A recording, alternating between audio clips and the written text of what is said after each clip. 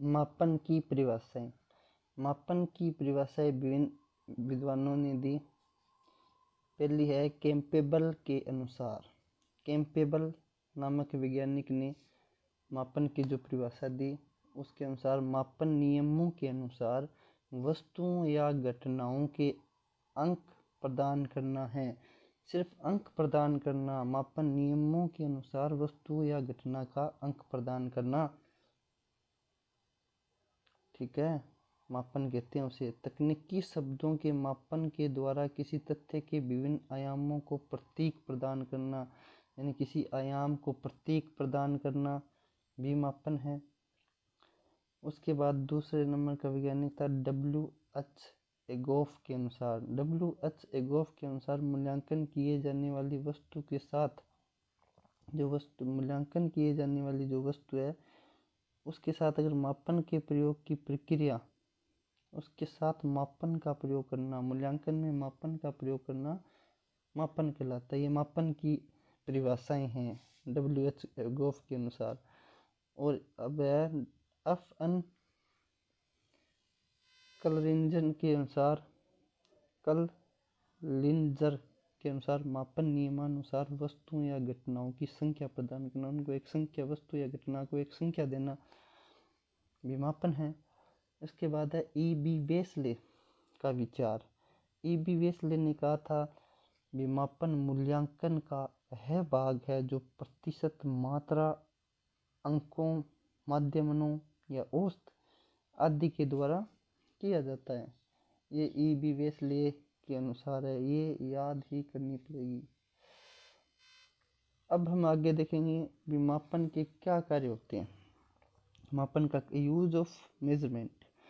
मापन प्रक्रिया द्वारा वस्तु विशेष के गुणों को परिभाषा में बदल दिया जाता है, ठीक है। जो मापन की प्रक्रिया होता है उसके द्वारा जो वस्तु विशेष होती है उसके गुण होते हैं उनको परिभाषा में बदल देते हैं। इसके द्वारा निम्नलिखित कार्य संपन्न करवाए जाते हैं, ठीक है। तो इसमें मापन के द्वारा हम भविष्यवाणी, पहला आ गया भविष्यवाणी करते हैं। कैसे वो देखेंगे। मापन द्वारा शिक्षक एवं मनोवैज्ञानिक छात्रों के भविष्य में होने वाले व्यवहार, ठीक है, एक छात्र अपने भविष्य में क्या करेगा, ठीक है, उसकी वो पहले से भविष्यवाणी करते हैं मापन के द्वारा, उसे अंक देखकर तथा पूर्व कथन या वो पूर्व अनुमान लगाते हैं अगर इस बच्चे के इतने अंक आ रहे हैं तो आगे जाकर ये ऐसा करेगा, और ये मतलब साइंस में अच्छा है, साइंस में ज़्यादा नंबर ले जा रहा है, और मैथ में कम, उसमें सोशल साइंस में कम ले जा रहा है, तो साइंस के क्षेत्र में वो अच्छा कर सकता है। ऐसे पूर्वानुमान लगाते हैं, ऐसी भविष्यवाणी करते हैं। जो एक शिक्षक होता है जो मापन के द्वारा उतने नंबर देकर वो उनका टेस्ट लेकर भी इतने नंबर आ गए, इसके इस विषय में ज़्यादा आ रही है तो इस विषय में इसका ज़्यादा इंटरेस्ट होगा, तो इसे वो एक भविष्य प्रेडिक्शन करने के लिए काम में लेते हैं मापन को। मापन के परिणामों के आधार पर ही कहते हैं कि बालक किस विषय या व्यवसाय में आगे चलकर कामयाब होगा या उन्नति होगा, ये वही बात होगी। शिक्षक मापन के द्वारा ही छात्रों की योग्यता अनुसार शैक्षिक तथा व्यावसायिक मार्गदर्शन प्रदान करते हैं। इससे वो जिस प्रकार का उसका इंटरेस्ट है मापन के द्वारा वो पता लगा लेती हैं, तथा उसके द्वारा उसके बाद वो उसको कहते हैं भी आप इस क्षेत्र में जाओ तो आप अच्छा कर सकती हो, क्योंकि आपका मतलब इंटरेस्ट इस विषय में या इस व्यवसाय में ज़्यादा है। और मापन का कार्य होता है दूसरा, तुलना करना। अब मापन के द्वारा हम विद्यार्थियों की कक्षाओं की, दो या दो से अधिक समूह की, दो या दो से अधिक विद्यार्थियों की या और आपस में किसी की तुलना कर सकते हैं। उनको अगर एक को ज़्यादा नंबर आते हैं, एक को कम नंबर आते हैं, तो उनकी तुलना कर सकते हैं, ये ज़्यादा बुद्धिमान होगा या कम बुद्धिमान होता है, ठीक है। इस प्रकार ये तुलना करने के लिए भी काम आता है, ठीक है। ये इस चीज़ को ज़्यादा ग्रहण कर रहा है, ये इस चीज़ को कम ग्रहण कर रहा है, इसका इस चीज़ में ज़्यादा इंटरेस्ट है, इस सब्जेक्ट में ज़्यादा इंटरेस्ट है, इसका इस एक सब्जेक्ट में कम इंटरेस्ट है, ये तुलना की जाती है, ठीक है। तो मापन तुलना की जाती है, प्रारंभिक व्यवहार एवं अंतिम व्यवहार की तुलना। जो उसका व्यवहार है उसकी भी तुलना की, उसके जो जितने नंबर आते हैं, ठीक है, उस संख्या के द्वारा हम तुलना कर सकते हैं। अब तीसरा है परामर्श देना। मापन के द्वारा परामर्श देना या निर्देशन देना, वही बात भी मापन के द्वारा हम पता लगा रहा है कि उसके इंटरेस्ट का है, उसके किस में ज़्यादा नंबर आ रहा है और किस में वो कम आ रहा है, किस में उसको मतलब ज़्यादा आसानी से वो याद कर पा रहा है। उसके बाद हम उसको गाइडेंस देते हैं, उसको परामर्श देते हैं उसकी रुचि के अनुसार वो व्यवसाय चुनने के लिए जिसमें वो ज़्यादा इंटरेस्ट लेकर काम कर सके, उसकी बुद्धि उसकी सारी क्षमता के अनुसार उसको अनुकूल व्यवसाय चुनने के लिए कहा जाता है। उसके बाद आता है निदान। मूल्यांकन का चौथा काम होता है निदान करना। शिक्षा तथा मनोविज्ञान के क्षेत्र में बालक की कमजोरियों, ठीक है, दुर्बलताओं तथा समस्यात्मक एवं जो असमायोजित व्यवहार होता है, जो भी बालक की कमजोरी होती है, जो भी समस्या होती है, ठीक है, उनका पता लगा लेना मापन के द्वारा, बाद में उसका निदान करना आवश्यक होता है।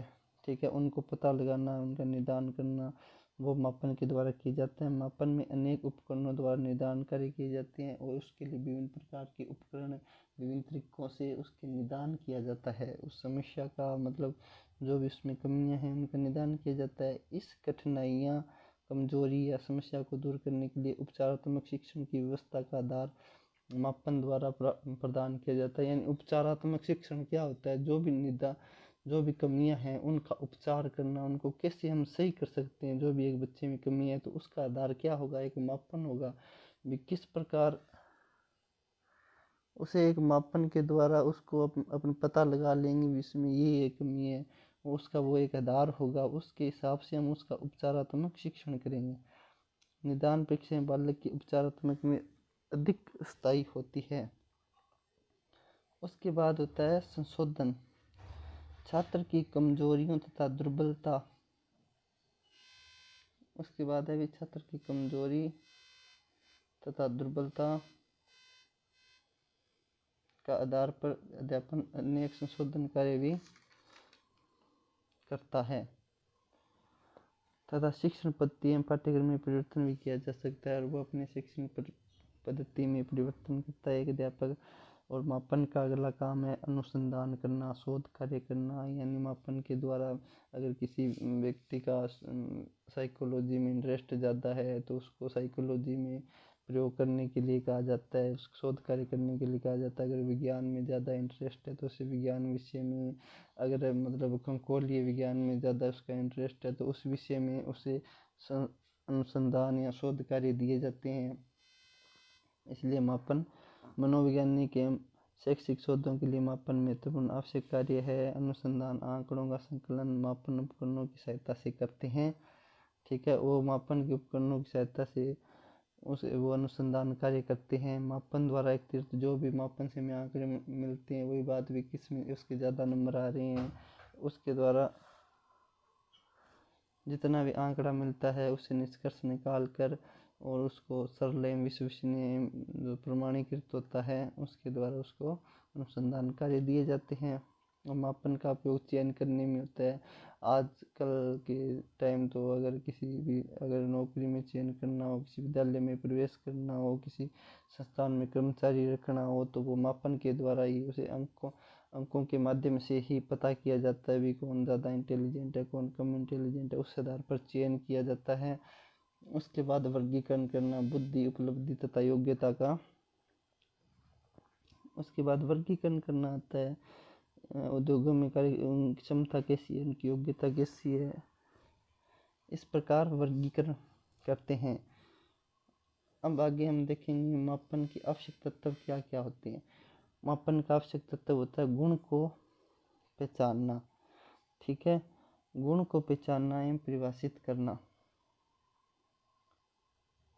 व्यक्ति या वस्तु का मापन करने से पूर्व सर्वप्रथम उसके गुण को पहचानना चाहिए। गुणों की पहचान करके उसको परिभाषित करना या व्याख्या करना भी आवश्यक होता है। उसको गुण को पहचानने मापन का आवश्यक तत्व होता है पहले उसके गुण को पहचानना जाए। संक्रिया एवं व्यवहारों को निश्चित करना। मापनकर्ता को चयनितशील गुण व उसके मध्य संक्रिया के संबंधों को भी जानना चाहिए। जो मापन करता है उसको गुणों को भी जानना चाहिए। पर ये मापन में मानते नहीं हैं आजकल, ये मूल्यांकन में मानते हैं। शील गुणों को मात्रांतरित करना, जो शील गुण है उसके हिसाब से नंबर देना, अंक देना, जो भी व्यक्त करते हैं, ठीक है। तो शील गुणों को व्यवहार होता है, उसको अंक देकर उसका पता करते हैं। ये होते हैं मापन के तत्व।